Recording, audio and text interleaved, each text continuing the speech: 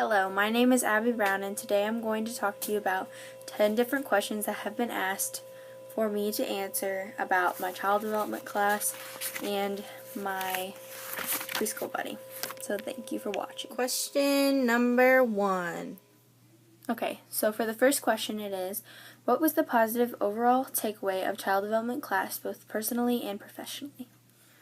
Personally, I think child development was a really good class to take because I have gained a lot of friendships and close bonds, especially with my teacher, Mrs. Brown-Klein. I think it was a good setback to see how to deal with children and certain ways of how they achieve their benchmarks and how it really goes into what the big picture of teaching them as a preschool. It's not them just babysitting them, they're actually teaching them the skills of life and how to learn, and I thought it was cool to finally figure out what preschool teachers do and how children learn from their brains. So I thought that was pretty interesting. Question number 2. So the second question is, specify one benchmark that was really difficult and explain the challenges. So the benchmark that was really difficult for me to achieve with Meja would be benchmark 30C ECD. And the reason that was difficult, it was demonstrate engagement and sustain attention in activities. Well, that was the main benchmark. So the related benchmark is actually what I needed to achieve, and that's what was hard. And it was demonstrate persistence and creativity in seeking solutions to problems. So an activity that I wrote down in my review day notes would be work at a station, typically the Play-Doh station, because that's her favorite station. So I figured that would be a good one to use, and see if she can solve solutions. So it didn't really work out in the Play-Doh station, but it did work out in another station, the music station, because the radio wasn't working that day, and she tried to figure out how to use it, but it took us a while to try to get her to do problem solution. So that's why I think that was the hardest benchmark to achieve. Question number 3. So question number 3 is, how do you now view other parenting style choices, and which one in particular stands out to you and why? So now I view parenting style choices a little bit differently because I know which ones are which and all the different types and what goes into play. And one that stood out to me the most was the tiger one. It's not necessarily that would be the one that I would choose, but it stood out to me that parents would go through anything just to kind of live through their child and control them, and I honestly do not want to do that. I kind of want to live and kind of let them do their own decisions, but I want to guide them in a certain way to where it's positive and they're going to have a good life, and I would never want to live through my child. So that's why I thought that stood out to me, that parents would actually do that. But however, now I view parenting style choices a lot differently since I know more in depth of how they go, and I definitely realize that parenting styles can flow into one. You can be a tiger parent, and you can also be the other type of parent that's more laid back, but you can form a good balance. Question number 4. Okay, so question number 4 is, if you can go back and change your buddy, would you? Why or why not? If not, what was the initial bonding between you and your Bright Futures buddy? So my buddy was Meja.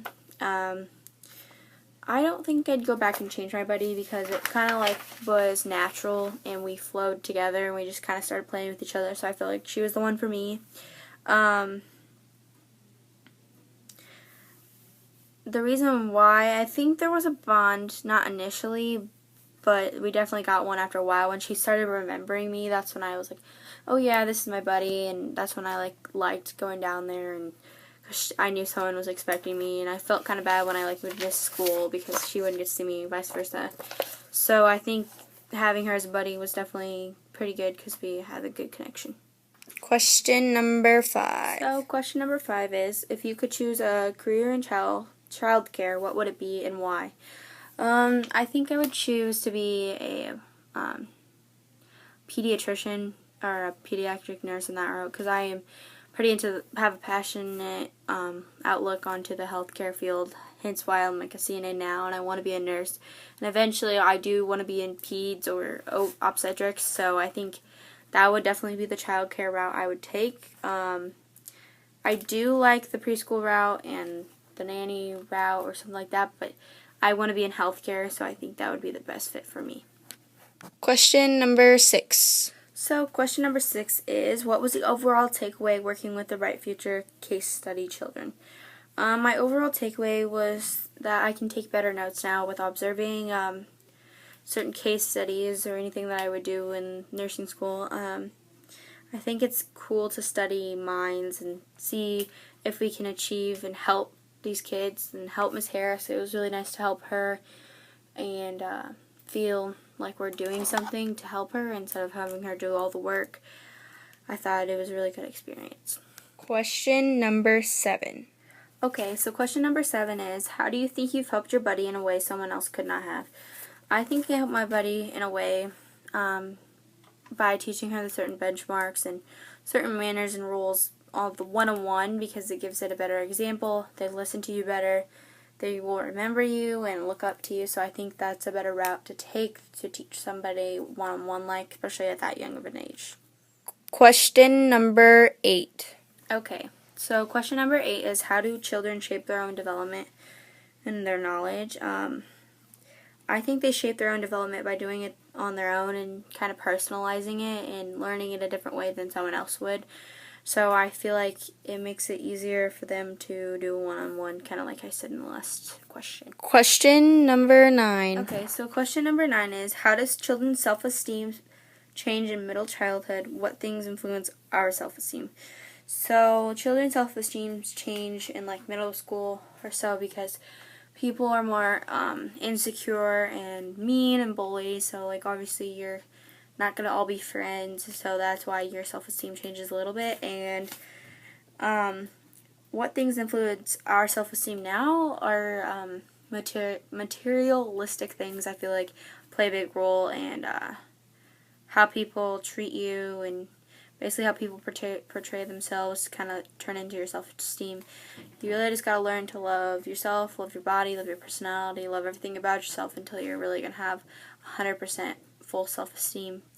And you really got to just believe in yourself to achieve that, is what I think. And question number 10. Okay, so throughout the semester we had a case study, and I just wanted to show you guys a little bit of my journal. So this is my journal. It says Abby and Masia, and like we drew that once. And then I had all my benchmarks and stuff all organized. Then I had my completed benchmarks that were graded all organized in this section. And then I have Masia. And then like throughout the whole entire thing I would do review days, which that would be this, and it'd be pretty neat. And then the next day I would also do the case study day, which that would be this. Which the case study days were a little bit more messy because I was doing notes, but I definitely had a good fluent flow. And then we just did little arts and crafts, so I decided to keep them, and it's pretty nice to have to finish up my case study. So this project was definitely very self-taking, and I definitely took away a lot of stuff to help me with further in life. Thank you for watching. So, the last question is, what is the best food for babies and why? So, if you do a lot of research, it will tell you avocados, natural type of fruit, vegetables.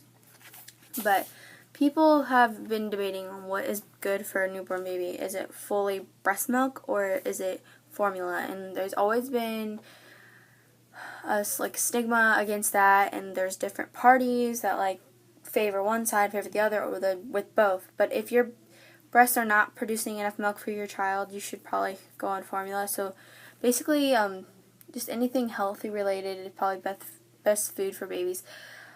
Baby food is probably good, not like actual human food. It needs to be grinded up or pureed somehow because baby can choke. So whatever is healthy, and I mean, don't give your baby anything you wouldn't give yourself. So that's basically it. Thank you for watching. Thanks for watching.